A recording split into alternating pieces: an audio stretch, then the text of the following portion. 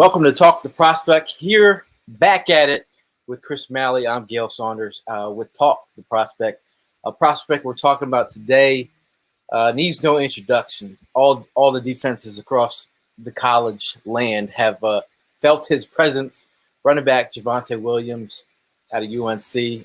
Let me tell you, some prospects, they give you easy opportunities to evaluate their tape. Like if you go back and just turn on the tape and watch what he did, had a breakout 2020 season. Him and Michael Carter, two dynamic threats. They played off each other nicely. But when you're looking at a running back like Javonte Williams, he can do 3-down things. He can do power things. He can pass block, but he can also be shifty. He can break tackles. He can move the piles. He's got sweet feet. What else do you want from a running back in these day and age? You'll see running back groups with like 3 different running backs with certain skill sets. But Javonte, you can keep him on the field, man. You could keep him on the field and have another guy to back him up, or you could pair him up with a guy like Miles Saunders, and you have a 1-2 punch that you can be excited about. Chris, how are you feeling about Javonte Williams? He's one of my favorite prospects. I mean, like you alluded to, he's the easiest to evaluate. You had the Najee Harris. You have Najee Harris and Travis Etienne from Clemson that we both love as running back prospects. But Javonte Williams, he's trending upwards. And in another year that other positions aren't super stacked, he probably could be a first-round pick. But Javonte Williams is a 5'10", 220-pound back. He would be a perfect thunder to Miles Sanders Lightning for this team. And another thing is, I love Miles Sanders. He's a great player, but the best ability is availability. And Miles hasn't been available for the full season the last 2 years, and that's why it would be really solid to have another guy like Javonte. I mean, you look at other teams, and you look at the Eagles themselves. In 2017, when we won the Super Bowl, we had a stable of running backs, and we hadn't been relying on just Boston Scott towards the back end of the year. Javonte, his main thing is balance. He is incredible at attacking the hole, taking on contact, staying balanced, and then going to the second level. He's not the fastest, but he's really strong, and you can tell that he's super determined and he's very decisive when he runs. The cool thing is that he's from North Carolina, Wallace, North Carolina. As a young kid, him and his dad used to watch North Carolina Saturdays, and he told his dad, like, "Dad, I'm going to play at North Carolina. I'm going to be a football player when I grow up." And his dad said, "Absolutely, if that's your dream." So he was a standout linebacker in high school, and for some reason he wasn't getting any offers. They said he was too small, so senior year he switched to running back, and of course he goes off, wins his 4th straight state championship as a running back, and then he finally gets to go to North Carolina, and his dreams come true. And I mean, we just saw him go for 1,500 all-purpose and 22 touchdowns, so it's going to be really exciting to break down his film and talk about him today. Yeah, I mean, it's like just watching his film. We both played running back in our past football lives, and when you see a guy do things, especially at his size, and the ability not to flash strength and running through tacklers, and the contact balance that he possesses, but then you show off like the sweet feet and just very agile. But then you're going to tell me that you can catch the ball out of the backfield as well, and show awareness in space. Like there's a couple plays that broke down. I think it was the DC game. Or we'll actually show that to you later. But just the play breaks down and he realizes quarterback's in trouble, and he sees an opening and he catches the ball in space and takes it to the house. I mean, those are the kind of plays that you like to see. But just tremendous, man. Like that contact balance.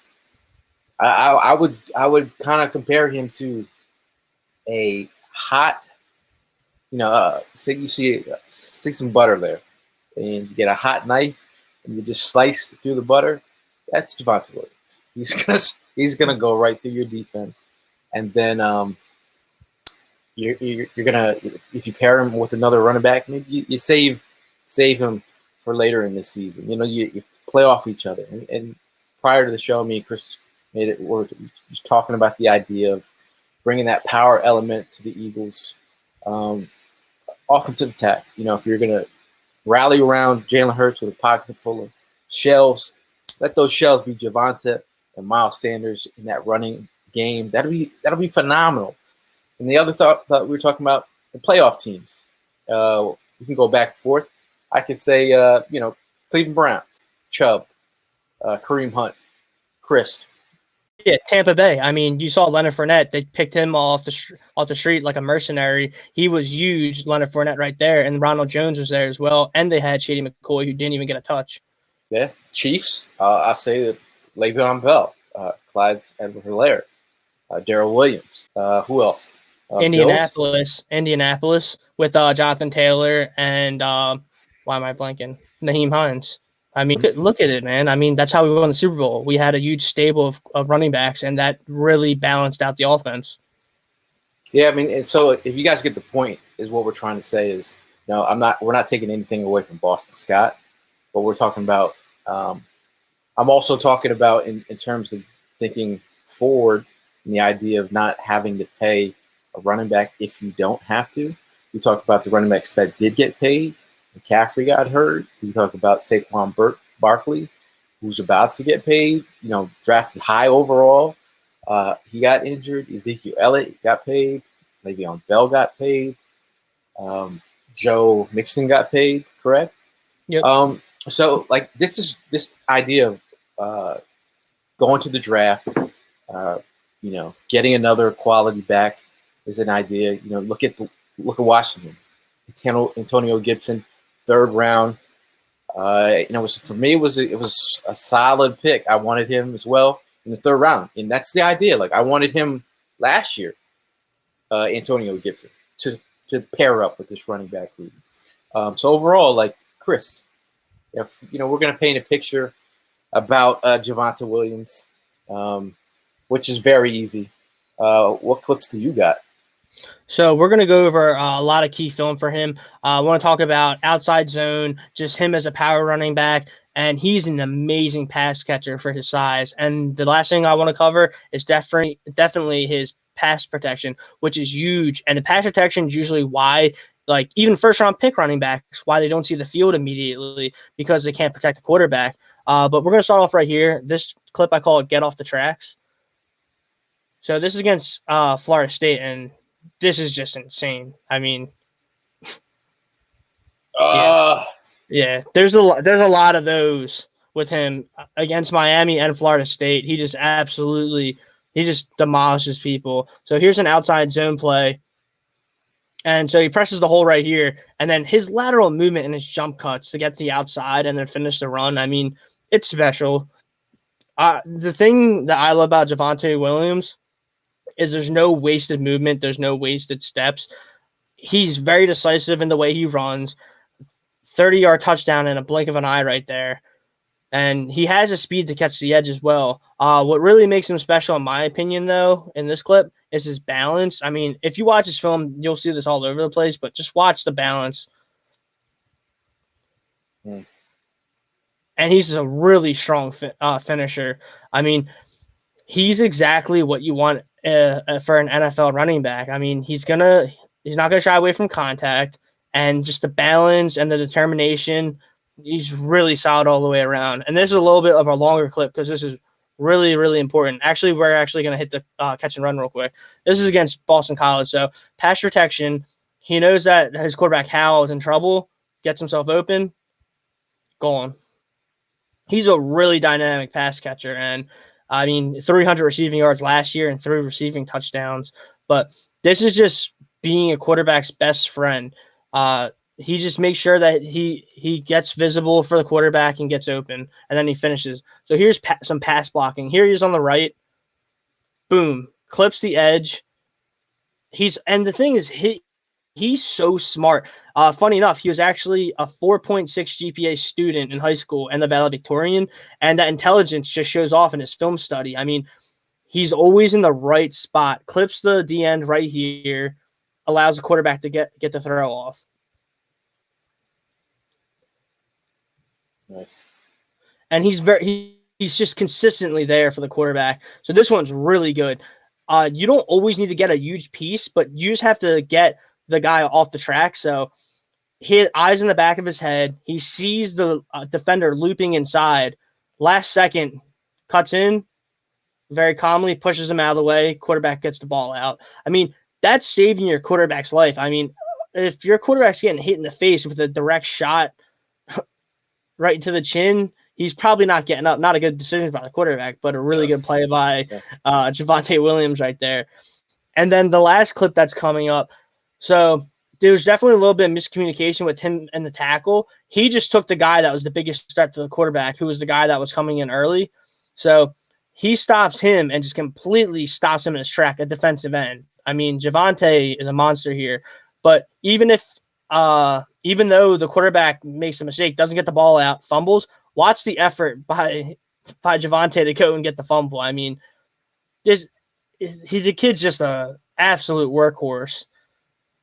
Fights through everything and somehow ends up with the ball. I mean, that's great right there. Can't say enough good stuff about him. He is a complete running back. He's exactly what you want as an NFL running back today. Yeah, I mean, he definitely wants to smoke. He wants all of it, and he wants. I see him like take it out on defenders. Like he's a little petty like that. So that kind of play is just like lights out to me. This player right here, just his lateral quickness, and then he just takes off. Like, Chris, you said he run the 4x100 in high school. Yep, so, you'd like to see how fast he is, but like this move right here, watch his feet, man. Like the fact that he can just, the jump cut. If you can jump cut like that, dude, that's, one thing that Miles Sanders had in his game, that jump cut stands out. He's got the jump cut and he's got the power, and that, that's what I like to see. This is also what I like to see. This run, I think this run right here kind of sums up everything that Javonte Williams is right here against Miami, one of his best games.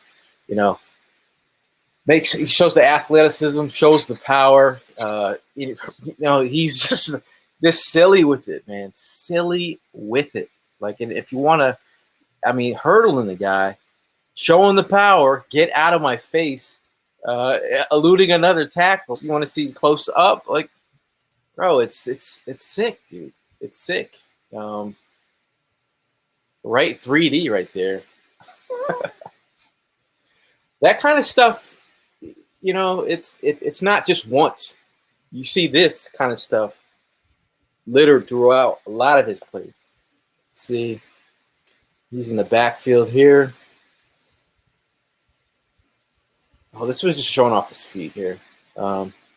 It's something small, but just look at his feet, man. Like, he's in space, right? We saw him run over people.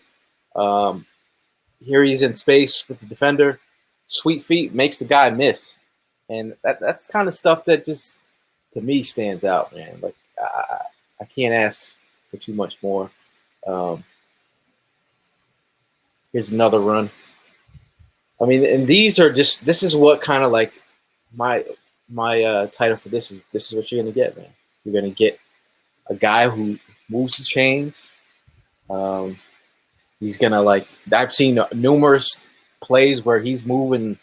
It's taking like 4 or 5 guys to get him down.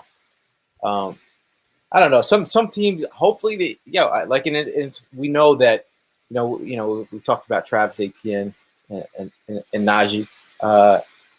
We know that they're not going to get drafted by the Eagles. I don't think they're in the range. They're either going to go before a Javonte. Like, he could be run RB1 in our hearts. But I'm not saying that. I'm just saying why I'm looking at him, because he fits where we draft. I'm not sure if we draft him that high, but he's going to go in probably the mid-second round. Maybe he could sneak into the back if Chris was talking, might sneak into the back of the first, but he just has a ton of upside. looking at his stats here, this stat right here, if I don't know if this does something for you for PFF draft, Javonte Williams has gained a first down or touchdown on 131 of his 322 carries since 2019. That's crazy. And then you look at his production here. I mean, or his he hasn't really been abused as a running back. Like he was in a crowded backfield his freshman year, and then he has this breakout. He flashes in 2019 and 2020. He has this breakout season, and still doesn't have high miles on this car. So I don't know. I could go on and on for hours on Javonte Williams.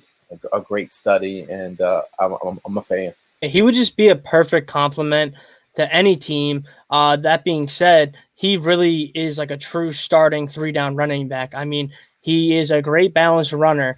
You can throw him the ball out of the backfield, and you know that he's going to be there to block for the quarterback as well. We know that we have Miles Saunders, but obviously we're going to go over all top key prospects. And Javonte Williams in the second round, with our second round pick, he would be super valuable to us because you know that you'd be giving Jalen Hurts 2 absolute monster running backs to alleviate some of the pressure off of him. And the thing is, Miles Sanders has dealt with some health issues, so it isn't really irresponsible to get another running back, especially when you've seen the benefits of that around the league and with our own team. But yeah, Javonte, very high character guy, very intelligent guy, as we alluded to the 4.6 GPA, a true leader. He would be awesome to have here. Do we have the luxury of getting another running back in the second round compared to a linebacker or a lineman or receiver? Probably not, but at the same time, it would be really great to have Javonte Williams here, and we wish him all the luck in the world in the NFL. We're just hoping that he's wearing midnight green, though. I mean, in a perfect world and in a perfect board, a draft board, you'd love to have him on the squad. I think, the Eagles could potentially look, maybe in the third, fourth, or fifth for one of their running backs. It's just like you talk about that second round, whether it's cornerback, whether it's a safety or some interior offensive lineman. I think they might prioritize those positions over running back. But I feel like, again, man, like when you say surrounding your quarterback with weapons, it's not just always a wide receiver. But like just think about it. Just think if they had a Jamar Chase, shout out to LSU with your sweatshirt there, or say Kyle Pitts, and then they went in the second round and added a Javonte Williams, I'd be like, damn, they are really surrounding their quarterback with some weapons. And it's like, I mean, I'm not going to say it's an outside of the box pick, but we just talked about the playoff teams and they're implementing the power and lightning to their offenses, and it's not out of the question. But some people will get upset on the timeline, like we don't need a running back. We got Miles Sanders, but hey, man, we're trying to think outside the box. But Chris, any last words before we get out of here?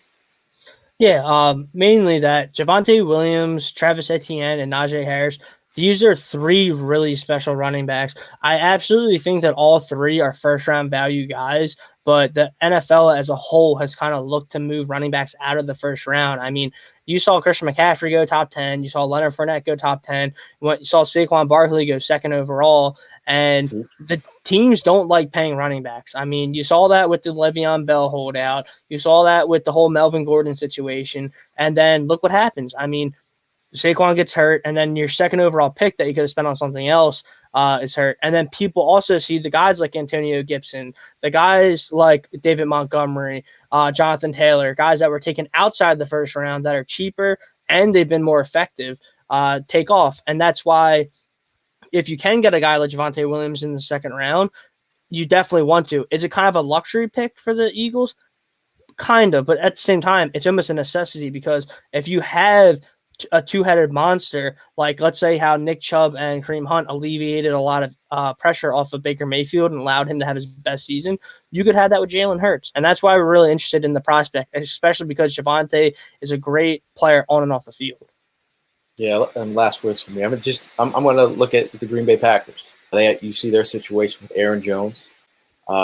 Some people might have questioned the fact that they draft AJ in the second round. The writing is on the wall sometimes, and you have to be a year ahead of certain situations. And this is like forecasting. You're just hoping Miles Sanders is healthy and doesn't have any injury issues. But when you're talking about just having the stable, stacked, and ready to go, Javonte Williams is it. But for me and Chris, this is Talk the Prospect. We'll see you guys in the next one. As always, fly, Eagles, fly.